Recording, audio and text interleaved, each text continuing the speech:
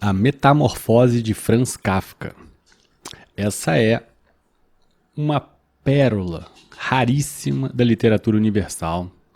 Acho muito pouco provável encontrar algum amante sério da literatura que não tenha, por essa obra, pelo menos aí a consideração de colocá-la entre as suas 10 mais, né, vamos dizer assim. Eu acho muito difícil. É uma obra de extrema relevância, ao mesmo tempo extremamente perturbadora e, não, por que não dizer também, simbólica, né? Muito simbólica. E qualquer adjetivação que eu busque aqui vai apequenar a obra. É uma obra curta, merece a sua atenção, a sua leitura. Você que quer se debruçar no estudo da literatura universal, essa é sem dúvida uma leitura obrigatória. Eu tive a oportunidade de reler o livro, um livro que eu tinha lido há mais de 20 anos atrás, e posso dizer que, de fato, depois de uma certa idade, esse livro traz um peso e uma profundidade muito maior do que a primeira vez que eu li. O Albert Camus, naquela obra O Mito de Sísifo, ele faz uma análise, discorre ali uma análise, uma parte da obra, né, discorrendo análise sobre Dostoiévski, a outra Kafka.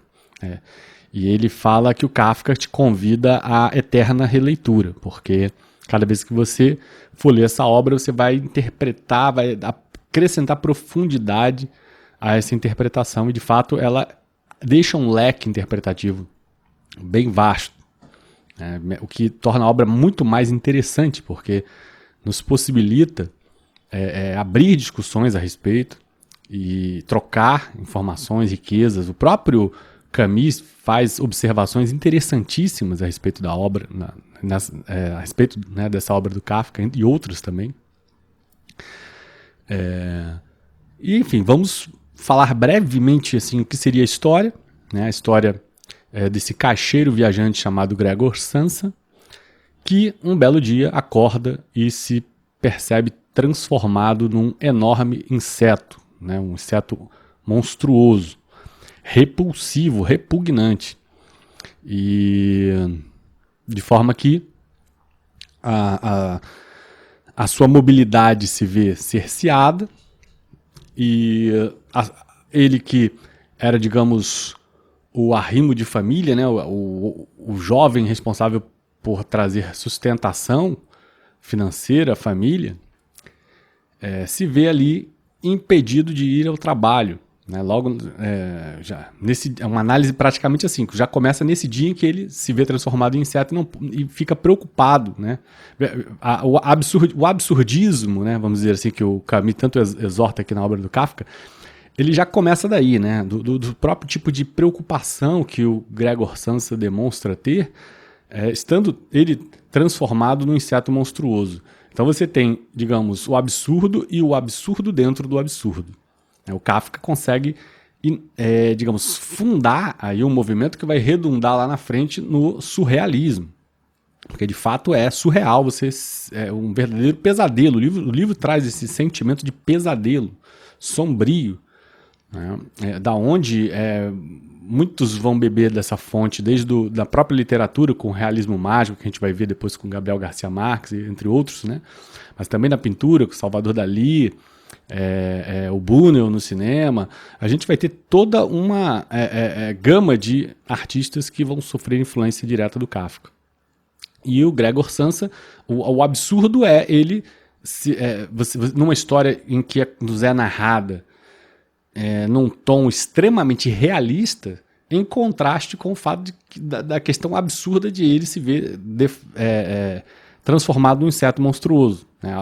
Algo fora do surreal, né? Surreal. Mas tem o absurdo dentro do absurdo, uma outra camada mais profunda de absurdo, que são os pensamentos do próprio Gregor Samsa. Esses pensamentos são completamente desconexos em relação à sua situação.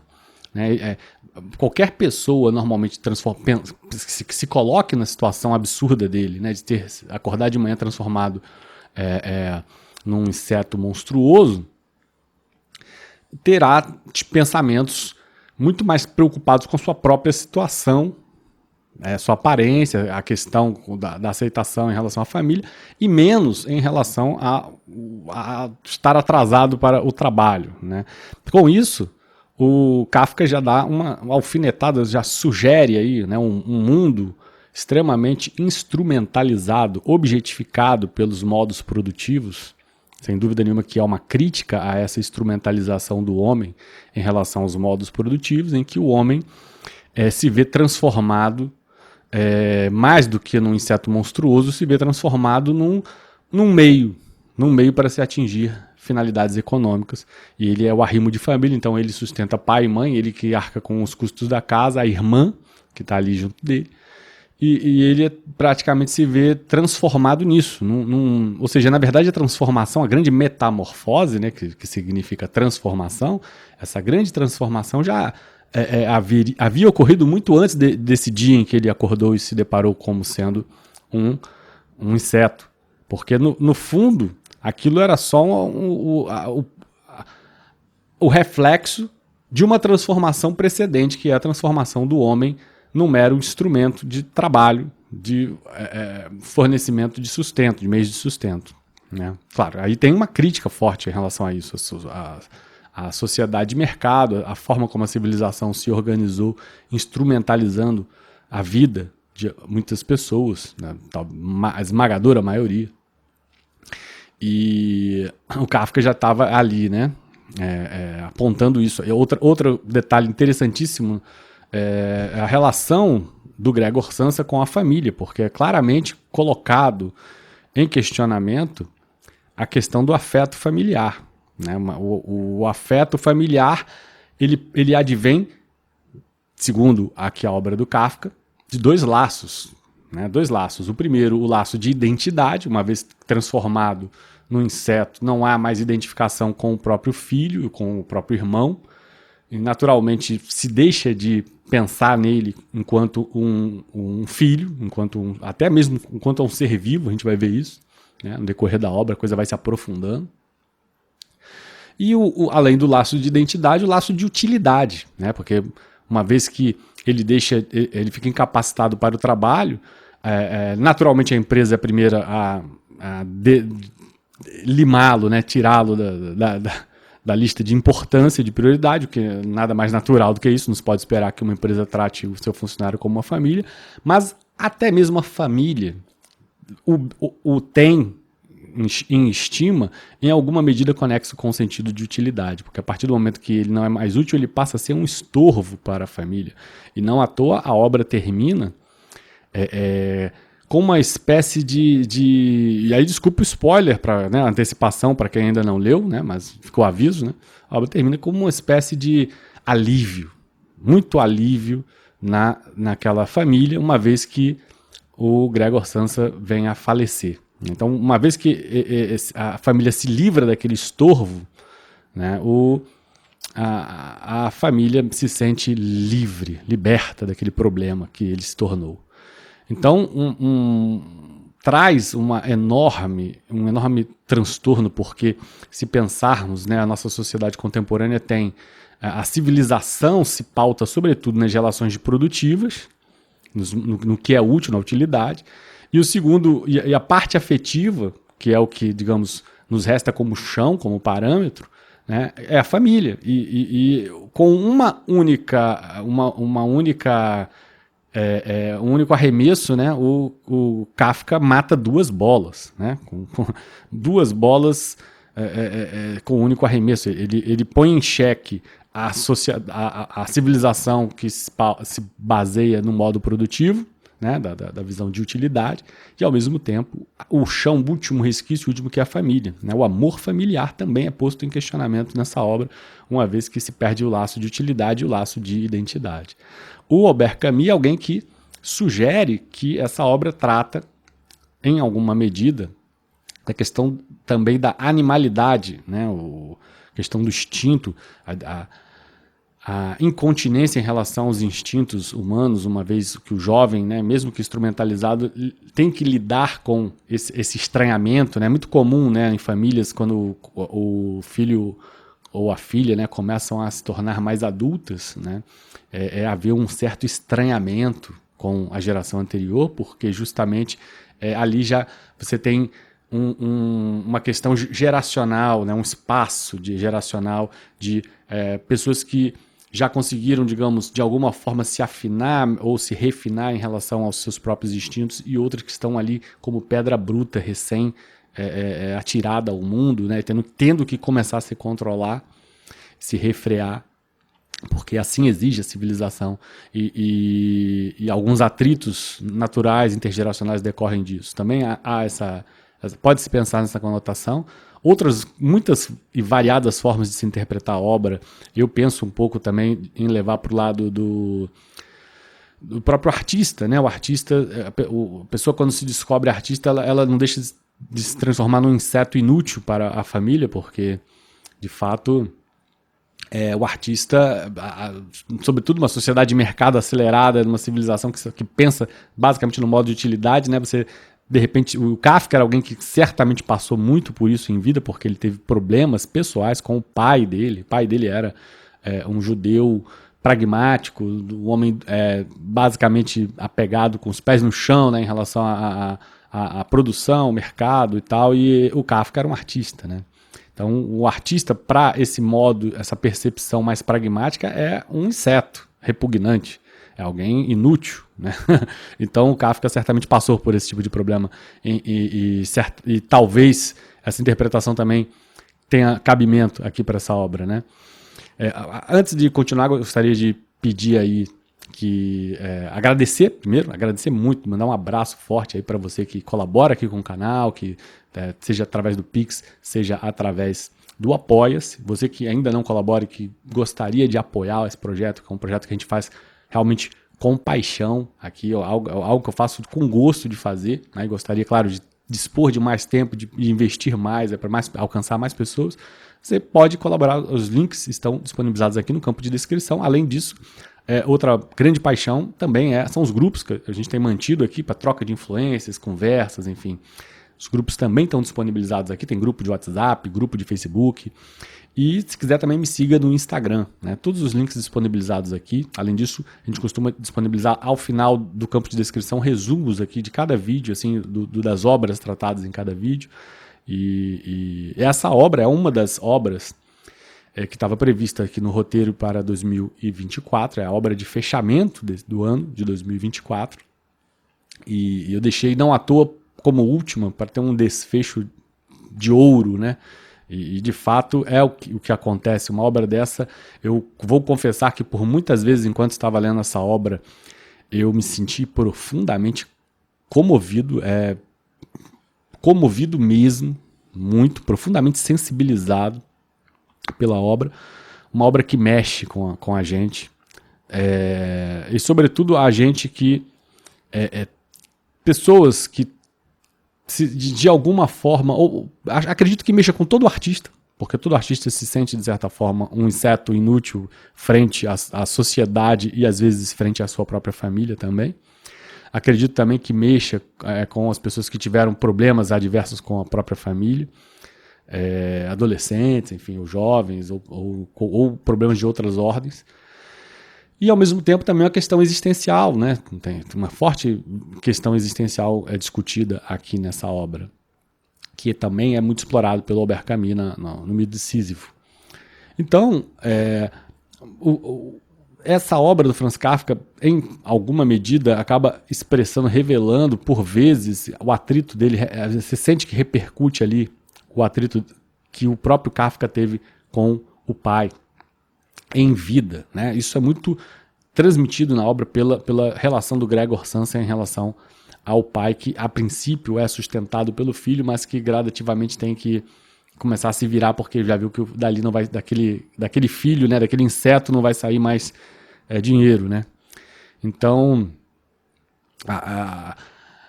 a gente vai se sentindo nessa leitura, ao longo dessa leitura, extremamente desconfortável, extremamente espremido contra a parede, porque o Gregor não perde totalmente a sua humanidade, está ali presente.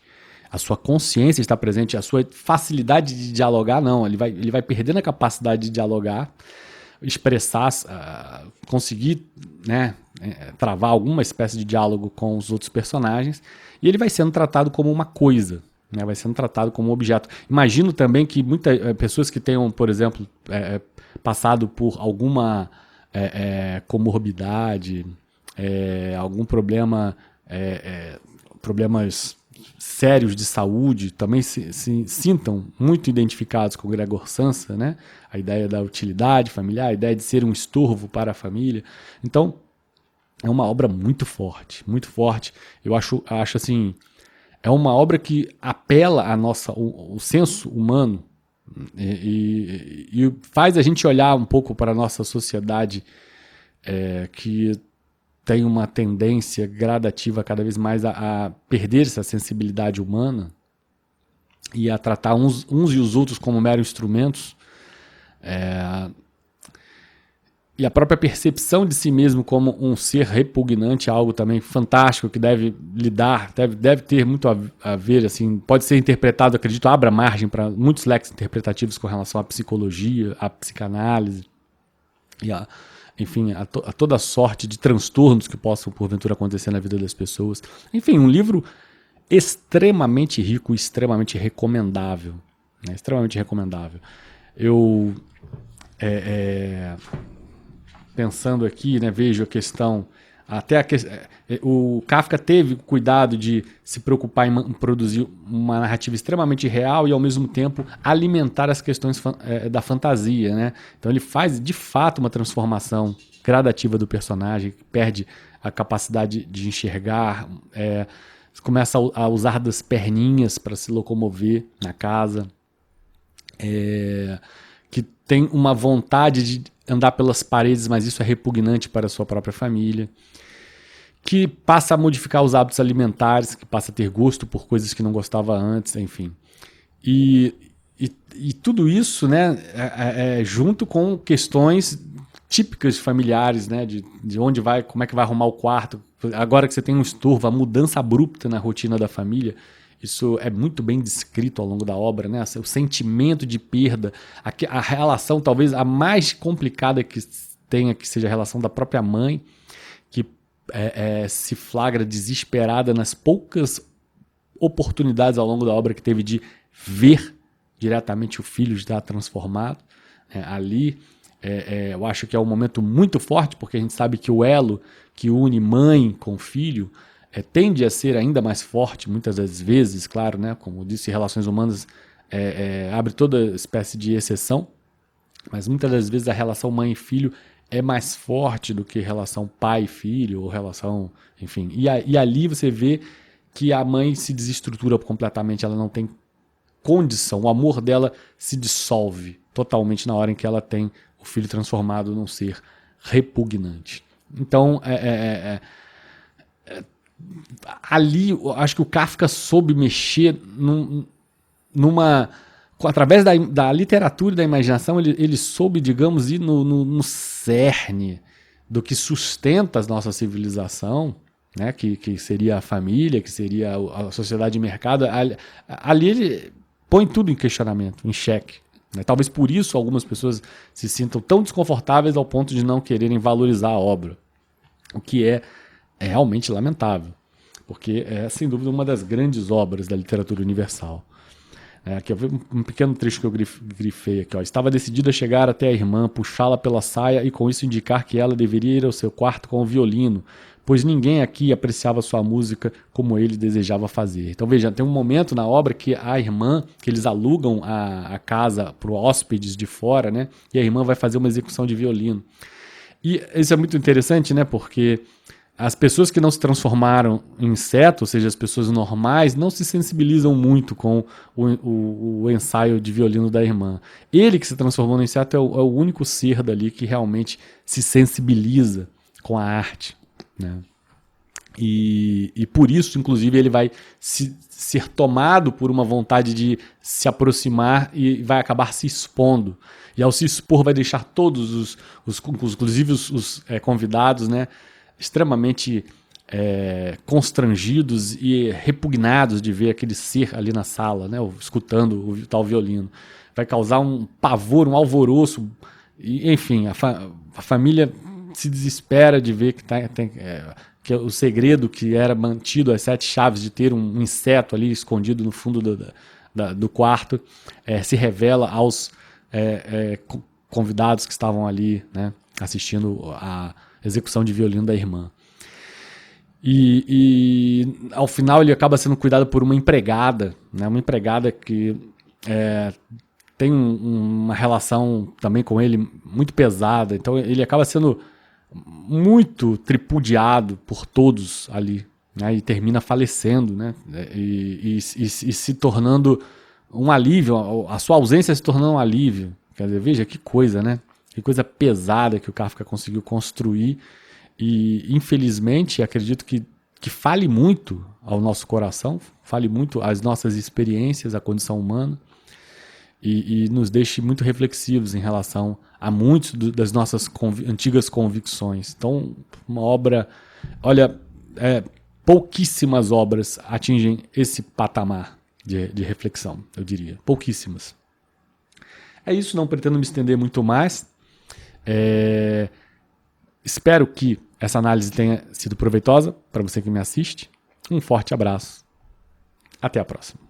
Esse é o nosso canal de literatura e filosofia. Se você gostou do nosso conteúdo, curta o vídeo e se inscreva. E aproveite para fazer as amizades certas nos grupos. O grupo de estética é o grupo onde se troca influências sobre arte, cinema, música, filosofia, pintura. E o grupo ética é o grupo que se propõe ao debate político, moral, ético, econômico. Os links estão disponibilizados no campo de descrição desse vídeo. Você vai adorar. Por fim, não deixe de conhecer nossos outros canais, o Tube Cult e o Limão Libertário. Obrigado por assistir até o final. Foi um prazer tê-lo por aqui. Até a próxima.